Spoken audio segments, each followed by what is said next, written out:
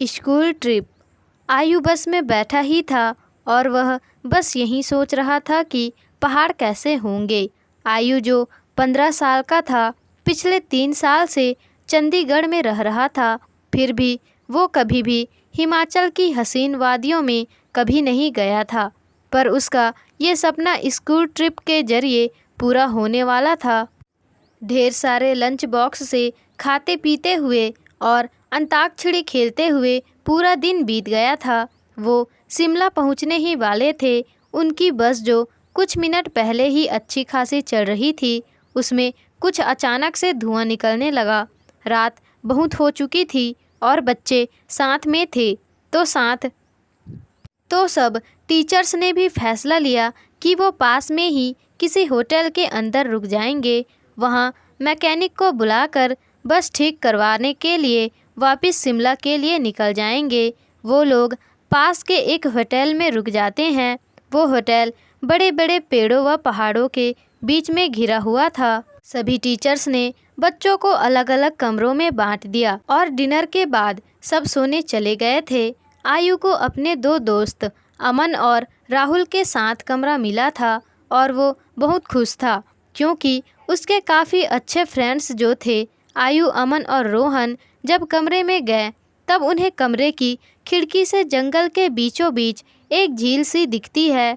उन सभी को याद था कि पिछली स्कूल ट्रिप में रात को वो बच्चे झील पर जाने को निकले थे और वो स्कूल के सबसे ज़्यादा पॉपुलर बच्चे बन गए थे। तो उन तीनों ने भी प्लान बनाया कि इस बार भी वो कुछ कारनामा करेंगे।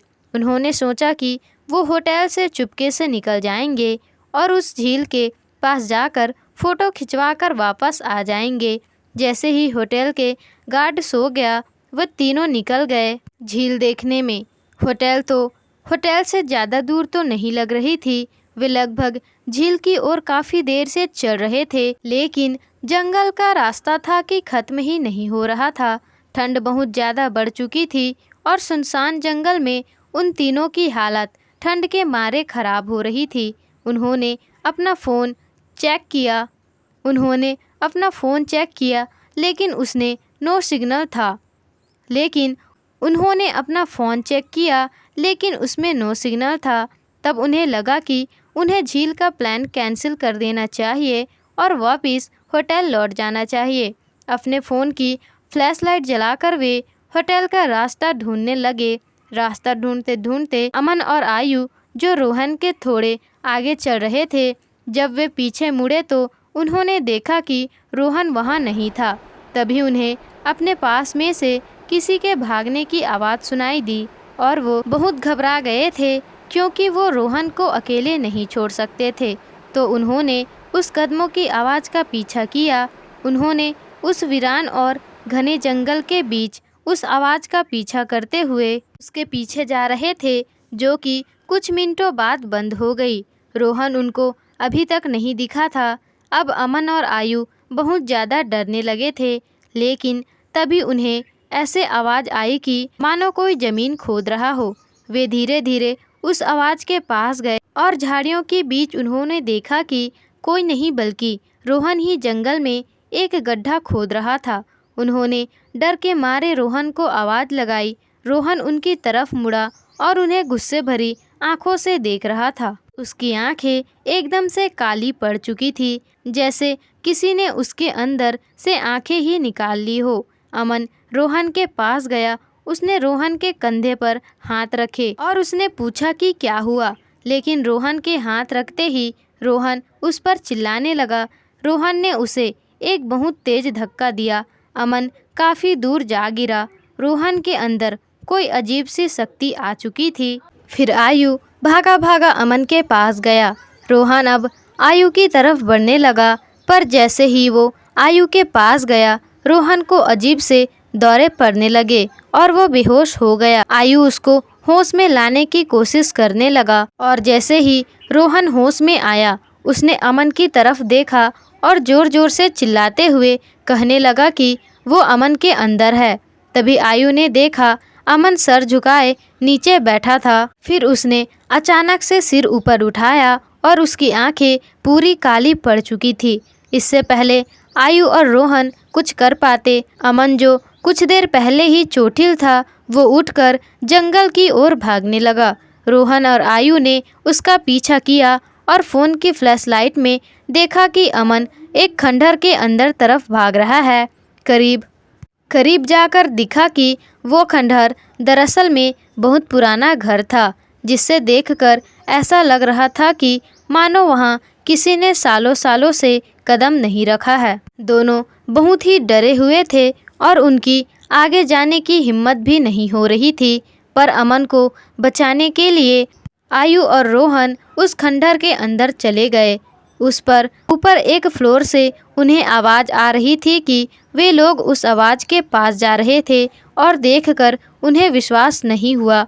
उन्होंने देखा कि अमन बेहोशी की हालत में हवा में लटक रहा था और एक बूढ़ी औरत उससे बात कर रही थी और उस औरत का चेहरा बहुत भयानक था। उसकी आंखें एकदम काली थी, खाल लटकी हुई थी और उसके बिखरे बाल उसे और डरावना बना रहे थे।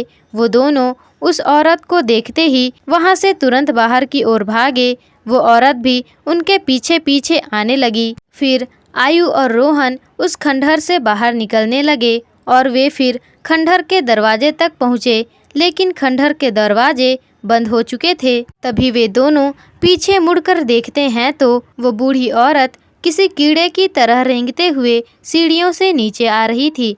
वे दोनों किसी तरह वहां से निकलकर जंगल की तरफ भागते चले गए और फिर भागते भागते उन्हें पता नहीं चला कि वे झील के पास पहुंच गए। जिस झील की तलाश में वो होटल के बाहर निकले थे, रोहन और आयु भागते भागते उस झील के अंदर गिर पड़े और डूबने लगे। उन्हें ऐसा लग रहा था कि कोई उन्हें अंदर की तरफ खींच रहा हो। आयु किसी तरह झील से बाहर आ गया, लेकिन उसकी आंखों के सामने रोहन झील में डूब गया और वो कुछ भी नहीं कर सका।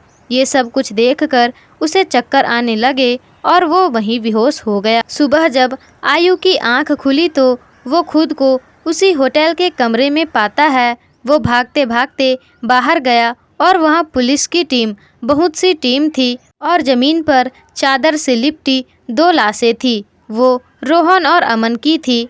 वो लाशें रोहन और अमन की थी। पुलिस ने तो इसे मर्डर घोषित कर दिया था, पर आसपास के रहने वालों ने बताया कि कई सालों पहले उस जंगल में एक बूढ़ी औरत रहती थी। वहाँ उसका एक घर था। सभी से अलग वो औरत चैन से रहती थी, पर एक रोज़ उसके घर को कब्जाने के लिए पास के गांव के कुछ लोगों ने उसके साथ बदसलूकी की और उसे झील में डुबोकर मार डाला और उसे मारकर झील में फेंक दिया।